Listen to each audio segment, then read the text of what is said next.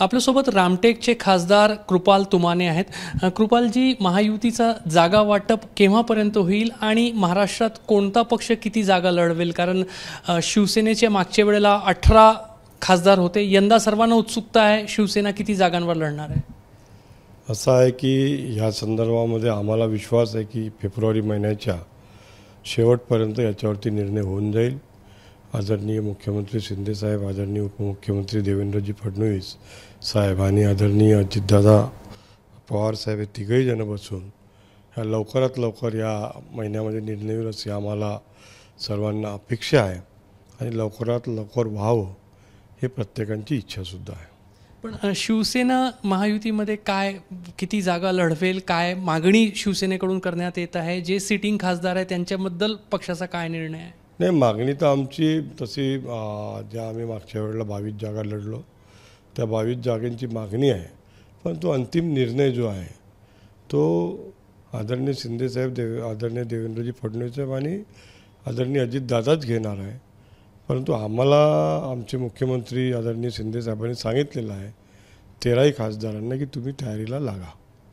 13 जागा जे आहेत ते शिवसेना जे आहेत एकनाथ शिंदे यांच्या नेतृत्वामध्ये लढवणारच।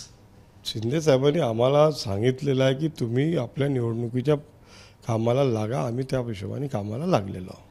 जर आपण विदर्भाचा विचार केला तर अगदी बुलढाणा असेल किंवा यवतमाळ, वाशिम असेल आणि रामटेक, तुम्ही जिथे खासदार आहात, तिन्ही जागांवर भाजपचे जे स्थानिक नेते आहेत ते दावा करतायत, रोज म्हणतायत की त्या ठिकाणी आता भाजपचं संघटन जास्त मजबूत आहे, भाजपचा उमेदवार असायला हवं। मित्र पक्षामध्येच कुठंतरी खिचतान झालेली दिसते जागांची। हा काय, त्याला याला काही अर्थ नाही। स्वाभिमानी या प्रत्येकाला वाटते आम्हाला मिळाली पाहिजे, प्रत्येकाला वाटते आम्हीच 48 लढलो, त्याच्यात काही हे नाही। ते निर्णय जे घेते ते तिन्ही नेते एका ठिकाणी बसतील आणि ते निर्णय घेतील, तो आम्हा सर्वांना तिघांचाही निर्णय आम्हाला मान्य असेल। पण 13 जागांपेक्षा कमी लढावं शिवसेनेनं, असा जर भाजपकडून आग्रह किंवा दबाव असला तर काय भूमिका? संदर्भामध्ये आमचे नेते शिंदे साहेब निर्णय घेतील, त्यांचा निर्णय आम्हाला मान्य असेल। नागपूरला रामटेकच्या जागेसंदर्भात रोज जिल्हाध्यक्ष जे भाजपचे ते म्हणतात पुढचा खासदार जो आहे रामटेकचा तो कमळ या निवडणूक चिन्हावर जिंकून येणारा असेल। कुठेतरी शिवसेनेच्या दाव्याला ते खोडून काढतायत की शिवसेनेचा उमेदवार या ठिकाणी राहील। नाही, मला या संदर्भात ते काय बोलले अजूनपर्यंत माहिती नाही। मी काही त्यांचा बाईट बघितलेला नाही, बघितल्यानंतर मी त्याच्यावरती भाष्य करेल। पण जर असे बोलले असतील तर मित्र पक्षाच्या जिल्हाध्यक्ष, मला पहिले त्याची तपासणी करावं लागेल, बोलले की नाही बोलले हे तर बघावं लागेल, त्याच्यानंतर मग मी माझ्या वरिष्ठ नेत्यांशी बोलून तुम्हाला बाईट देईल। रामटेकमध्ये आता जो महाविकास आघाडी आहे त्याच्यामधूनही अनेक दावेदार समोर येत आहेत। तुमचा जो पूर्वीचा जो पक्ष जिथे तुम्ही उद्धव ठाकरेंसोबत होते त्यांचे नेते भास्कर जाधव रामटेकमध्ये शिबिर घेत आहेत। मला सुद्धा कळलं आहे, आजच कळलं मला सकाळी की कोणी ते कोकणचे आमदार आहेत भास्कर जाधव, पण ते संपर्क प्रमुख इथे असल्यामुळे ते आले असेल। कारण प्रत्येक शिवसेनेमध्ये संपर्क प्रमुखाची भूमिका महत्त्वाची असतात, ते येतात आणि आता जो पक्ष आहे ते पक्ष वाचला उचला पक्ष सांभाळण्यासाठी कदाचित आले असतील। स्वागत आहे त्यांचं, त्यांनी आपलं काम करावं, आमचं काम आम्ही करतो। तुम्ही भास्कर जाधवांना ओळखत नाही? कोणीतरी भास्कर, माझा कधी संबंध आला नाही त्यांच्यासोबत, कधीच नाही।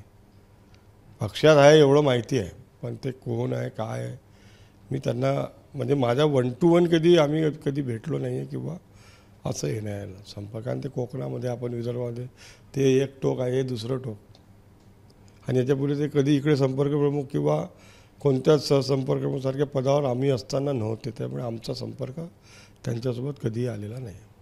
पण म्हणजे कुठेतरी उद्धव ठाकरे गट जो आहे तोही रामटेकसाठी तयारी करताय, त्यांच्या या दौऱ्यातून दिसून येत आहे। तुम्ही म्हणता उरला सुरला पक्ष सांभाळण्यासाठीचे प्रयत्न आहे।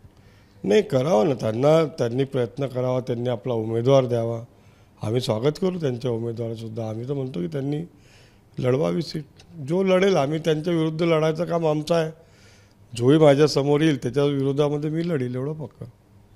तर महायुतीमध्ये जागा वाटप जो आहे तो तिन्ही पक्षातील जे सर्वोच्च नेते आहेत ते मिळून निर्णय घेतील। जो काही निर्णय एकनाथ शिंदे महायुतीमध्ये शिवसेना किती जागा लढवेल या संदर्भात घेतील तो मान्य राहील। मात्र किमान 18 खासदार जे शिवसेनेचे मागच्या वेळेला होते त्या सर्व मतदारसंघावर आमचा दावा आजही कायम आहे, अशा पद्धतीचा मत जे आहे ते खासदार कृपाल तुमाने व्यक्त करतायत। कॅमेरामॅन अतुल हिरडेसह रजत वसिष्ठ, एबीपी माझा, नागपूर। एबीपी माझा, उघडा डोळे बघा नीट.